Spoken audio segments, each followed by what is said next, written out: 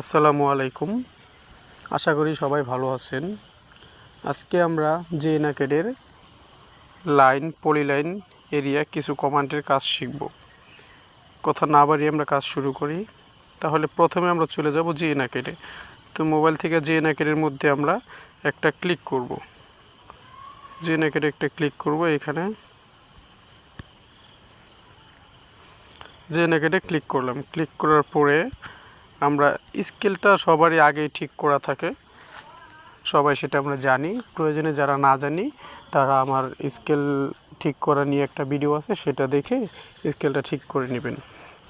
এরকম একটা ইন্টারফেস চলে আসবে। তারপর আমরা এখান থেকে স্কেল ঠিক করা ফোল্ডারে ঢুকব। ফোল্ডারে ক্লিক করার পরে কিছু লোড নেবে। লোড নেওয়ার পরে এরকম একটা ইন্টারফেস চলে আসবে। আমার আগে থেকে নকশা ইনসার্ট করা আছে, সেজন্য এভাবে আসছে। যে কাজগুলো আমি করেছি সেগুলো সেভ করা আছে, তো তাই সেই কাজগুলো দেখাচ্ছে। এখন আমরা নতুন একটা নকশা ইনসার্ট করব। প্রথমে নকশা ইনসার্ট করব। কিভাবে নকশা ইনসার্ট করতে হয় সেজন্য আমাদেরকে এই যে একটা ইনসার্ট বাটনে ক্লিক করতে হবে। এই যে ইনসার্ট কমান্ড, এই কমান্ডে একটা ক্লিক করব। ক্লিক করার পরে এরকম আসবে। এই ইন্টারফেসে আসার পরে আমরা এখান থেকে ইমেজ, এই যে ইমেজ আছে, ইমেজে ক্লিক করব। ইমেজে একটা ক্লিক করার পরে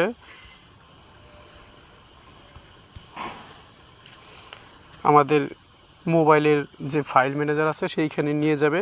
সেইখান থেকে এরকম আসবে। আমাদের নকশাটা যে ফোল্ডারে আছে সেই ফোল্ডার থেকে আমরা নকশাটা এখানে নিয়ে আসব। সাপোজ আমরা একটা নকশা ক্লিক করি। সাপোজ আমরা এই নকশাটা নিয়ে আসবো। এই নকশাতে একটা ক্লিক করলাম। ক্লিক করার পরে আমাদের এরকম একটা ইন্টারফেস আসবে। আসার পরে আমরা এইখান থেকে এই ইনসার্ট, এই কমান্ডে একটা ক্লিক করব। ক্লিক করলাম। ক্লিক করার পরে এখন আমরা যে কোনো একটা জায়গায়, বিশেষ করে আমরা নকশার কর্নারে ক্লিক করলে নকশাটা সুবিধা হয় যে কোন জায়গায় আসছে সেটা বোঝার জন্য। সেজন্য আমরা এইখানে একটা ক্লিক করব। ক্লিক করলাম। এখন আবার আমরা বাহিরে যে কোনো জায়গায় একটা ক্লিক করব। সাপোজ এইখানে যদি আমরা একটা ক্লিক করি, এখানে ক্লিক করলাম। এখন কিন্তু আমাদের নকশাটা চলে আসছে। এই যে চলে আসছে। আমার নকশাটা আগে থেকে ইনসার্ট করা আছে, সেই জন্যে সময় নেয় নাই, চলে আসছে। যদি প্রথম হয়, কারো ইনসার্ট করা না থাকে, সেক্ষেত্রে একটু লোড নিবে, লোডিং হবে। 1 থেকে 100% হইতে সময় নেবে। ততক্ষণ সময় পরে নকশাটা চলে আসবে। যাই হোক, যখন নকশাটা আসবে তখন আমার নকশাটা নট স্কেলে থাকবে, ছোট অবস্থায়। এখন আমরা নকশাটাকে স্কেলিং করব। নকশাটাকে স্কেলিং করার জন্য আমরা নকশার যে কোনো জায়গায় একটা ক্লিক করব। একটা ক্লিক করলাম। ক্লিক করার পরে নকশাটা মার্ক হয়ে গেল। এই দেখতে পাচ্ছি পুরো নকশাটা এই যে একটা মার্ক হয়ে গেছে। এখন মার্ক হয়ে যাওয়ার পরে আমরা উপরে 3 ডট আছে, 3 ডটে এই যে এখানে একটা ক্লিক করব। এখানে ক্লিক করার পরে এই অপশনগুলো আসবে। অপশনগুলো আসার পরে আমরা এখান থেকে এই প্রপার্টিসে একটা ক্লিক করব। প্রপার্টিসে ক্লিক করার পরে এরকম আসবে। এরকম আসলে এখান থেকে আমরা খুঁজে বের করব। এখানে স্ক্রল করে স্কেল, এই যে আমাদের স্কেল অপশনটা আমরা পেয়ে গেছি। এই যে স্কেল, এটা ডান পাশে এই যে 1 লেখা আছে, এই 1-এর এখানে আমরা আমাদের নকশার স্কেলটা বসাবো। যেহেতু আমাদের 16 ইঞ্চি 1 মাইল স্কেল, সেহেতু আমরা এটাকে ইঞ্চিতে নিলে 3960 ইঞ্চি হয়। তাহলে 3960 ইঞ্চি দিলাম। আমরা ডানে ক্লিক করব। ক্লিক করার পরে আমাদের নকশাটা বড় হয়ে গেল। এখন আমরা এখানে এই ক্রসে ক্লিক করে নকশাটাকে, তারপর আবার ক্রসে, এখন আমাদের ক্লিক করার পরে নকশাটা স্কেলে চলে আসলো। এই যে আমাদের নকশাটা এখন চলে আসছে স্কেলে। এখন কিন্তু চাইলে আমরা এই নকশার যে কোনো জায়গায় যে কোনো কাজ করতে পারবো। যে কোনো ফিট দেখতে পারবো, জমির পরিমাণ দেখতে পারবো, যা ইচ্ছে করতে পারবো। এখন সিম্পল আমরা যদি এখন আমরা অ্যালাইনের কাজ দেখি, যেমন আমরা এখান থেকে যদি কোনো একটা জায়গায়, যেমন এই দাগের একটা বাহু দেখি, তাহলে আমাদের কি করতে হবে? তাহলে আমরা এই যে এইখানে একটা কমান্ড আছে, এটার নাম হচ্ছে ডাইমেনশন। এই ডাইমেনশনে একটা ক্লিক করব। ক্লিক করার পরে এখান থেকে নর্মালি আমাদের শুধু একটা কমান্ডেরই কাজ বেশি, অন্য কমান্ডগুলো আমাদের ততটা কাজে আসে না, সেগুলো রিপোর্ট তৈরি করতে বিভিন্ন কাজে আসে। আমাদের কাজে আসবে এই যে অ্যালাইন, এই কমান্ডটা। এই কমান্ড দিয়ে আমরা নকশার যে কোনো বাহুর পরিমাপ দেখতে পারবো যে কত ফিট আছে। সেজন্য আমরা অ্যালাইনে ক্লিক করলাম। ক্লিক করার পরে এখন আমরা যে কোনো একটা কর্নারে একটা ক্লিক করব। সাপোজ আমরা বড় করে নিয়ে নকশার মাঝখানে ক্লিক করব। এইখানে একটা ক্লিক করলাম। ক্লিক করার পরে আমরা যদি এইখানে ক্লিক করি তাহলে আমাদের এখানে দেখাচ্ছে যে কত ফিট আছে। অলরেডি আমার চলে আসছে 77 ফিট 9 ইঞ্চি। তারপর যদি আমরা আবার অন্য একটা দেখি, সেক্ষেত্রে আবার আমরা এই ডাইমেনশনের উপরে ক্লিক করব। ক্লিক করার পরে আবার আমরা এই অ্যালাইনের উপরে ক্লিক করব। অ্যালাইনে ক্লিক করার পরে নকশার দুই প্রান্তে একটা করে ক্লিক করব, এক প্রান্তে একটা, আরেক প্রান্তে আরেকটা। এভাবে করার পরে উপরে যে আমরা দেখতে পাচ্ছি এই টিক চিহ্নতে একটা ক্লিক করব।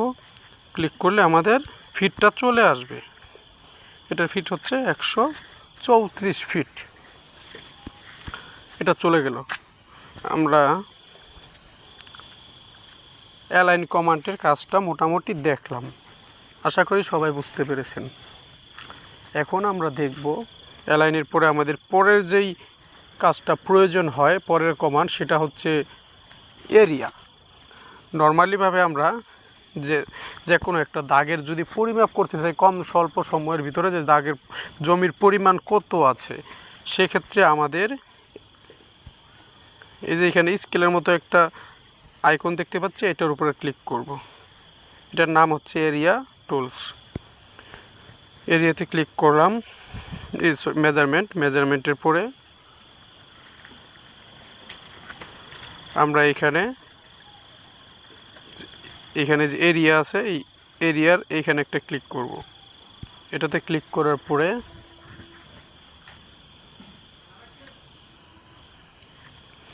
আমরা এই নকশার দাগের এই কর্নার একটা ক্লিক করলাম। এভাবে দাগের মাঝখান দিয়ে প্রতিটা জায়গায় আমরা ক্লিক করে করে এটা মার্ক করে নিব। তবে আমি একটু তাড়াহুড়া করে দেখাচ্ছি, তো সবাই কাজ করার সময় একটু সময় নিয়ে নিখুঁতভাবে কাজটা করার চেষ্টা করবেন, তাহলে রেজাল্টটাও নিখুঁত আসবে। আচ্ছা, এখন এভাবে ক্লিক করার পরে আমরা উপরে দেখতে পাচ্ছি এইখানে একটা টিক চিহ্ন আছে। এই টিক চিহ্নতে আমরা ডাবল ক্লিক করব। ডাবল ক্লিক করার পরে এই যে আমাদের স্কোয়ার ফিট চলে আসছে এখানে। এটা হচ্ছে আমাদের স্কোয়ার ফিট 11,151। এখন আমরা এই স্কোয়ার ফিটটাকে যদি ক্যালকুলেটরে 11,151 ভাগ করি 435.60, তাহলে আমাদের এখানে 25% 60 জমি চলে আসছে। মানে দাগের ভিতরে কতটুকু জমি সেটা চলে আসছে খুব স্বল্প সময়ের মধ্যে। যাই হোক, এটার কাজ গেল। এখন যদি আমরা পরে অন্য আরেকটা কমান্ডের কাজ দেখি, সেটা হচ্ছে আমরা যদি পলিলাইনের কাজ দেখি, যেমন পলিলাইন, এটাতে প্লাস এই আইকনে ক্লিক করব। ক্লিক করার পরে আমরা এইখান থেকে দেখতে পাবো পলিলাইন। এই যে পলিলাইন, এই পলিলাইনে ক্লিক করব। পলিলাইনে ক্লিক করার পরে আমরা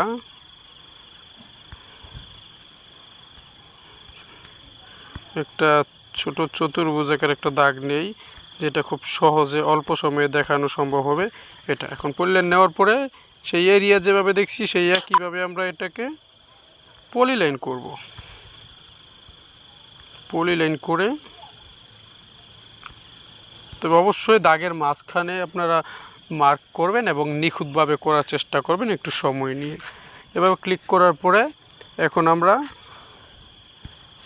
এই পলিলাইনের উপরে একটা ক্লিক করব। ক্লিক করার পরে উপরে যে 3 ডট আছে এটাতে ক্লিক করব। 3 ডটে ক্লিক করার পরে আবার যে প্রপার্টিস আছে এই প্রপার্টিসের উপরে একটা ক্লিক করব। প্রপার্টিসে ক্লিক করার পরে আমরা স্ক্রল করে উপরের দিকে উঠলে আমরা দেখতে পাবো এখানে এরিয়া।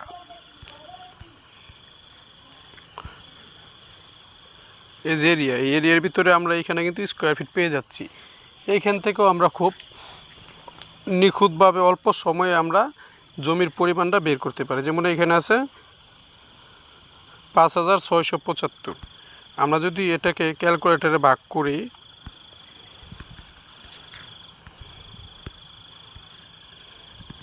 $5675 ভাগ 435.60, তাহলে আমাদের জমির পরিমাণটা বের হয়ে গেছে 13%। আর এইভাবে আমরা পলিলাইন করে পলিলাইন দিয়ে আর অন্যান্য সব কাজ করা যায়, নকশার রিপোর্ট তৈরি করা যায়, তারপর প্যান্টাগ্রাফ করা যায়, সব জিনিসগুলোই পলিলাইন দ্বারা করা হয়। সেই কাজগুলো আমরা পরে আস্তে আস্তে সামনের ক্লাসে শিখব। তারপর আমরা এখন দেখব আমাদের লাইন কমান্ডের একটা কাজ। লাইন কমান্ডের কাজ দেখতে হলে আমরা এখান থেকে এই প্লাস বাটনে একটা ক্লিক করব। প্লাস বাটনে ক্লিক করার পরে এই লাইন কমান্ড, এই যে লাইন কমান্ড লেখা আছে, এই লাইনের ভিতরে একটা ক্লিক করব। মূলত লাইন কমান্ডের কাজ হচ্ছে, সাপোজ এই কর্নার থেকে এই কর্নার একটা নকশার মাপ আনবো, কিন্তু যে কোনো প্রতিবন্ধকতা ঘর বাড়ি নির্মাণের কারণে আমরা এই বরাবরে মাপটা আনতে পারতেছি না। তবে আমরা এই বরাবর আবার দাগের লাইনে চাইলে মাপটা আনতে পারি। সেক্ষেত্রে আমরা এই বরাবরে সাপোজ আমরা প্র্যাকটিক্যাল মাপ দিলাম, এখানে যত ফিট হয় ওই ফিটটা আমরা কিভাবে অফসেট কাটবো, সেই ক্ষেত্রে আমাদের লাইন কমান্ডটা ব্যবহার করা হয়। এখন সেটা দেখতে গেলে, যেমন আমরা সাপোজ আমরা যদি এইখান থেকে এই এতটুকু পর্যন্ত প্র্যাকটিক্যাল মাপ নেওয়ার পরে দেখতে পারি যে এখানে 100 ফিট আছে, তখন আমরা 100 ফিটের মধ্যে একটা লাইন টানবো। এখন যদি আমরা লাইন দিয়ে কাজ করি, সেক্ষেত্রে আমরা বুঝতে পারবো না যে এখানে কত ফিট হয়েছে, কম বেশি আমাদের অনেকবার ট্রাই করা লাগবে।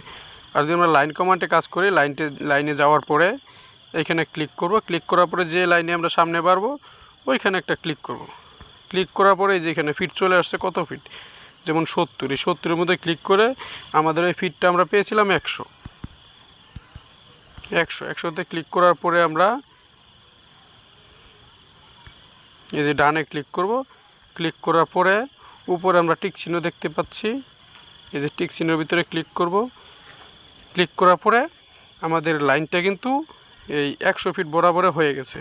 এই যে আমরা 100 ফিট বরাবরে হয়ে গেছে, এটাকে আমরা দাগের মাঝখানে নিয়ে নিই। এই যে এখন 100 ফিট হয়ে গেছে। এখন কিন্তু আমরা চাইলে এইখান থেকে এখন আমরা খুব সহজে এখান থেকে এই বরাবরে আমরা নকশার মাপটা নিয়ে আসতে পারি, যে লাইন কমান্ডটা আছে। আরও বিভিন্ন রিপোর্ট মেকের ক্ষেত্রে লাইন কমান্ডের বিভিন্ন কাজ আছে, সেগুলো আমরা আস্তে আস্তে পরবর্তী ক্লাসে শিখব। আজকে আমরা এতটুকু পর্যন্তই শিখলাম কিভাবে নকশা ইনসার্ট করতে হয় এবং কিভাবে নকশার বাহুগুলা মেজারমেন্ট করতে হয়, যে কোন বাহুর দৈর্ঘ্য কতটুকু, প্লাস অফসেট কিভাবে নিতে হয়, তারপর কিভাবে একটা দাগের খুব সহজে অল্প সময়ে পরিমাপ করে জমির পরিমাণ বের করা যায়। এই কয়েকটা জিনিস আমরা শিখলাম।